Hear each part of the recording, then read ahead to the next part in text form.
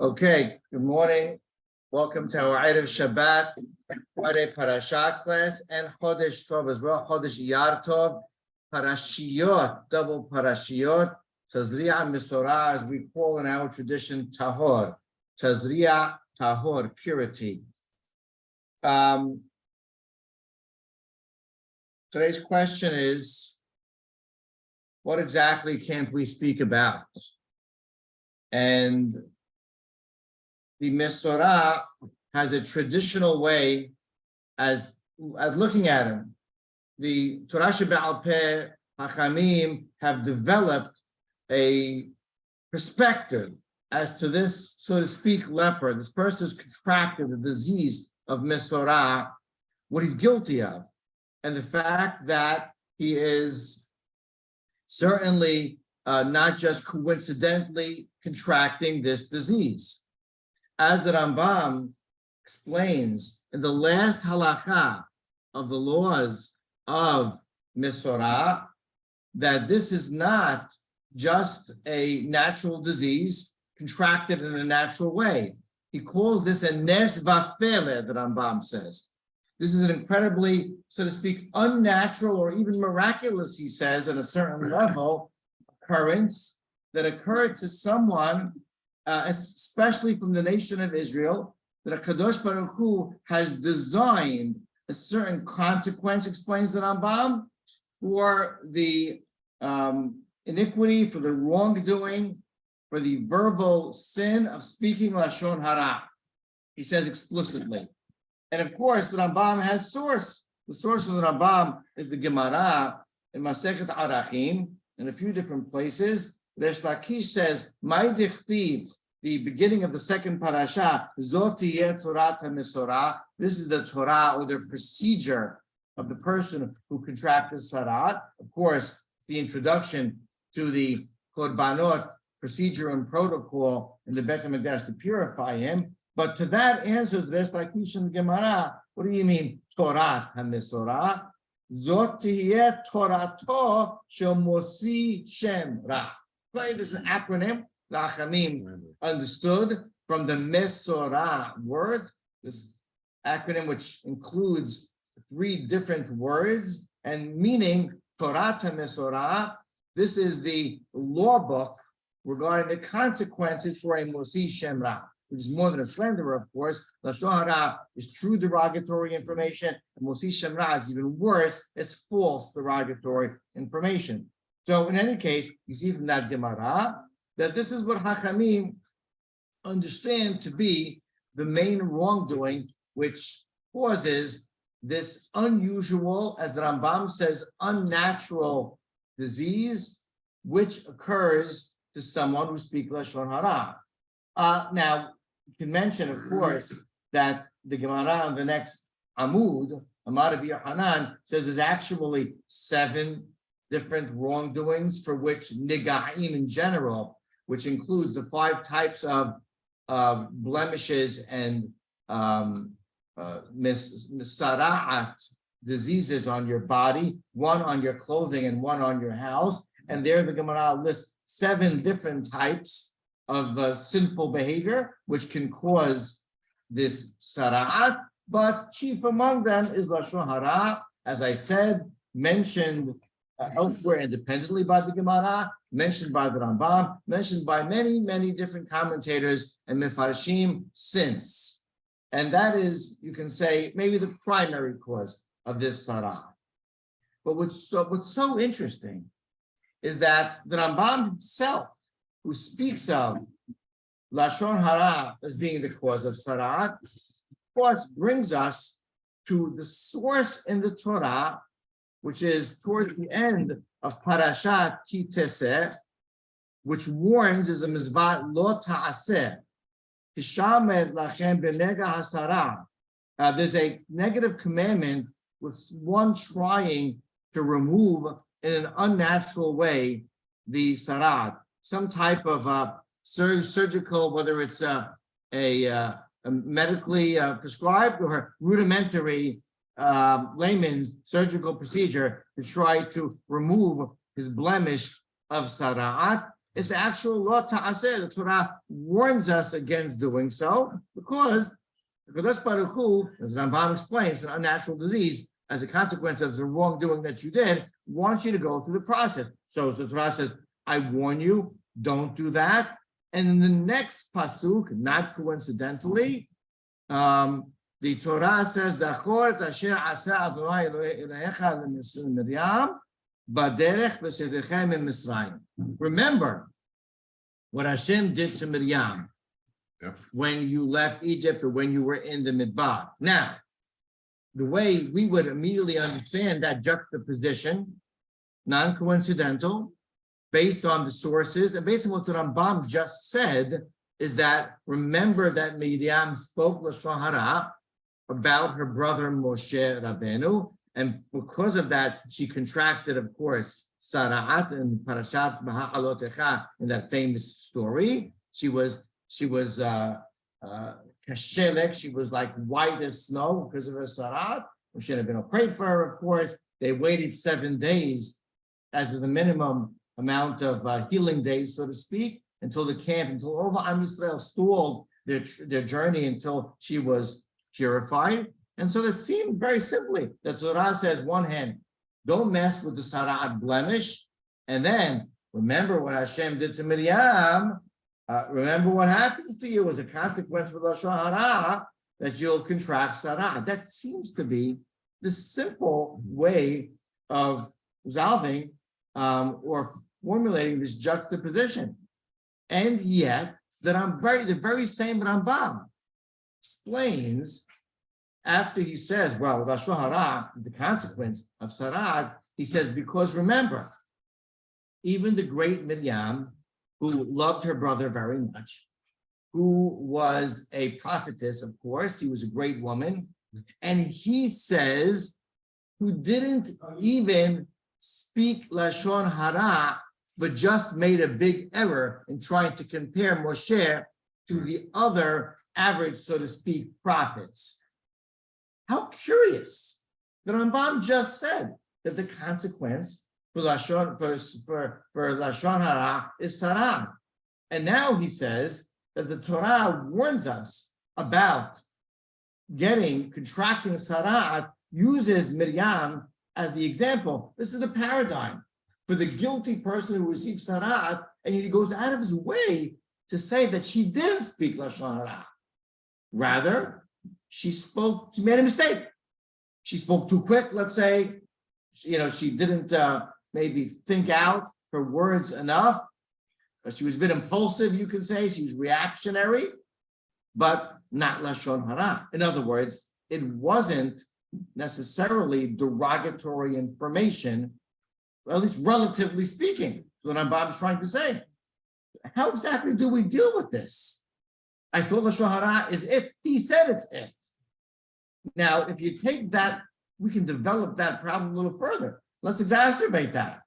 And we can do so by just looking at the beginning of the second parasha, which is Mesorah, which speaks of this very unusual procedure leading up to the korbanot, to the sin offering, so to speak, brought by the Mesorah.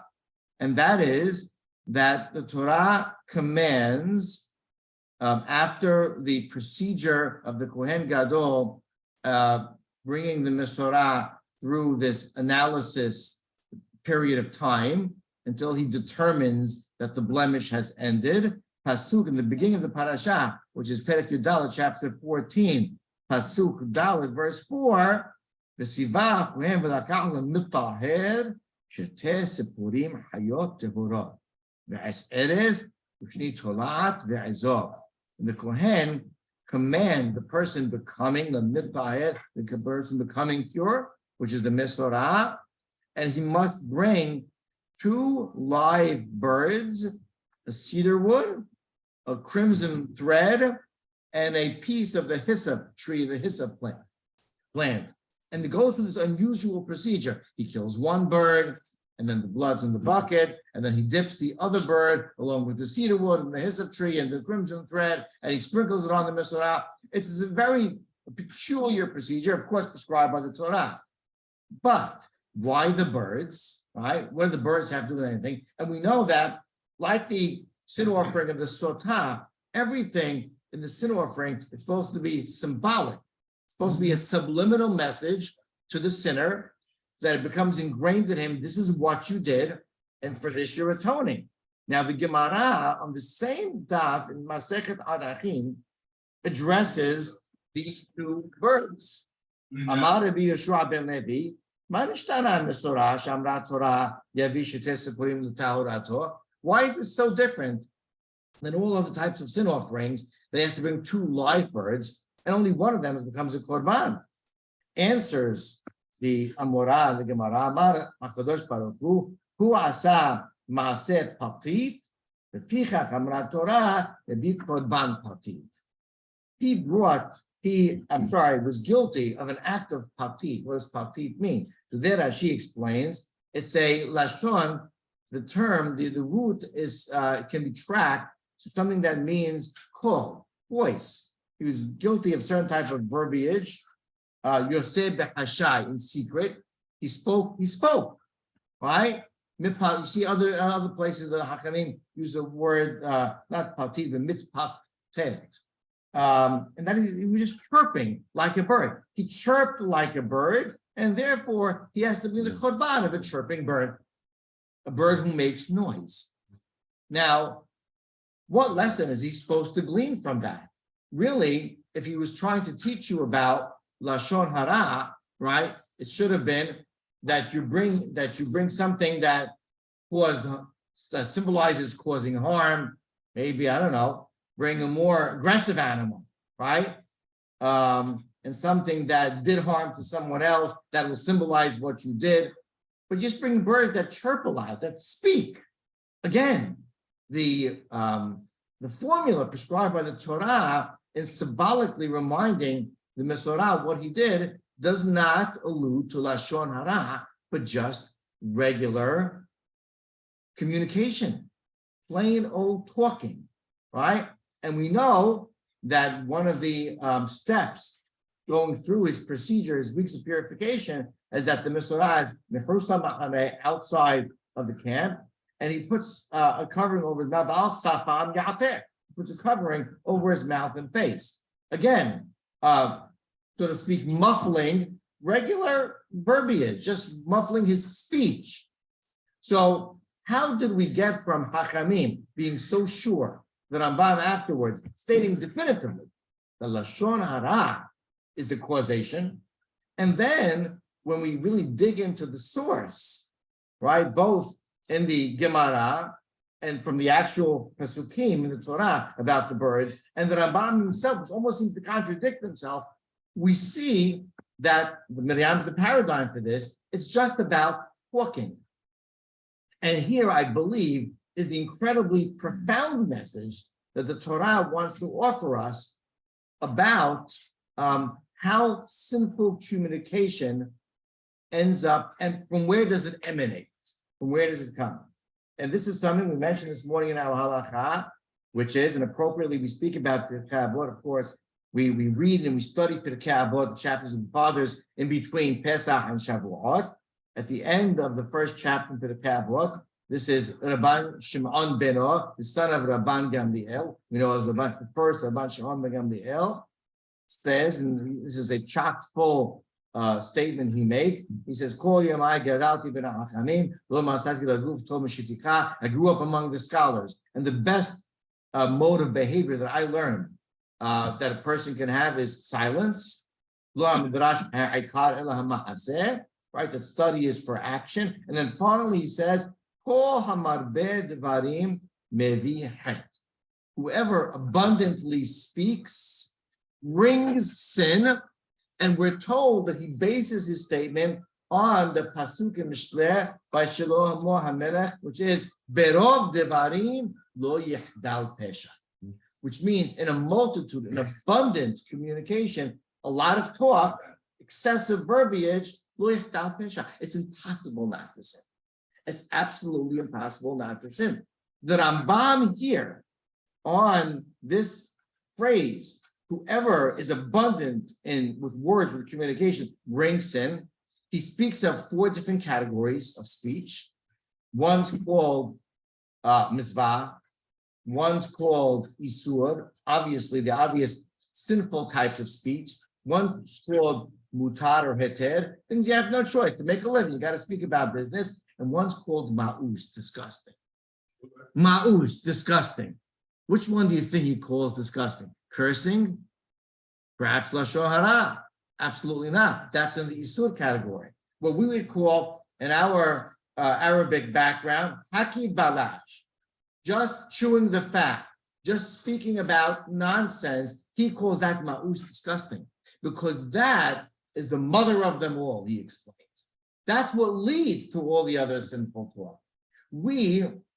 And behind this is an incredibly deep conceptual idea that we, the human race, HaKadosh Baruch Hu created us, created a people. The Torah says that Hashem vayipach be'apav nishmat hayim, God blew in him a spirit of life. There, the Targum U'Kilus, the Aramaic explanation, it says ruach malala, a communication gift, which speaks, of course, about not just the fact that he can communicate, because birds also communicate, but a higher intellect. But the gift of speech is the gift of the high intellectual being, the Homo sapien, being able to communicate to others with that primarily designed exercise of communication. That's the way we express our intellect. And therefore, that intellect is a gift. It's a thing of beauty. It's one to be cherished, embraced, and one to be very careful with, and disciplined, and limited. And therefore, Hachamim tell us, from Shlomo HaMelech, that if you abuse the gift, inevitably it leads to sin. There is no such thing as abundant verbiage, as talking a lot about bringing to sin, because we're human beings. It's almost like saying, well, you hear people say a lot, and this will be some of it a comment of guidance. You know what? Be careful when you talk. Don't speak lashon hara. You know what? Let's take an hour a day. We're not going to speak lashon hara. What's the problem with that? That's like saying, you know what? I'm going to go on a crowded subway, and I'm just going to spin a sharp knife around. Be careful. Don't scratch anyone. What do you mean? You're swinging a sharp knife around. It's crowded. You're going to scratch. What do you mean? Be careful. It's inevitable. When you abuse the gift, you're already out of control. And when you're out of control, it leads to a negative mode of using that gift. You're going to sin. Berov devarim lo yachtal pesha. Says Shlomo HaMelech, it's automatic. Says Rabbi Gamliel, chol hamarbi devarim. Anybody who speaks abundantly will sin. It's factually stated. And therefore, if we go back now to try to resolve this issue, indeed, it's lashon hara that takes him down. But the source of it all, says the Rambam, was Miriam not speaking lashon hara, speaking without thinking. This is the prophetess we're talking about. Let's be careful, but speaking in an undisciplined manner, which led her to a mistake, which led to the debacle of her contracting Sarah. And says the Torah, the solution or the formula of therapy, bring 2 birds, bring the chirpers, bring the talkers, and remind this person that over talking leads to sinning, leads to sinful talking. That's the formula. Over talking leads to sinful talking. Don't abuse the gift of speech. And that resolves really the Rambam, that resolves the Gemara, that explains the Korban, and that really, therefore, becomes the lesson underneath the lesson of the Mesorah. Not only not to speak lashon hara, but not to set ourselves up from lashon hara, mosiv shemra, and all wrongful speech by simply abusing the gift of speech, and to the contrary, cherish and discipline and use the gift of speech wisely, and then we become the elevated human beings that HaKadosh Baruch Hu meant us to be. Baruch Adonai L'Olam, Amen v'Amen, Shabbat Shalom, and Chodesh Tov.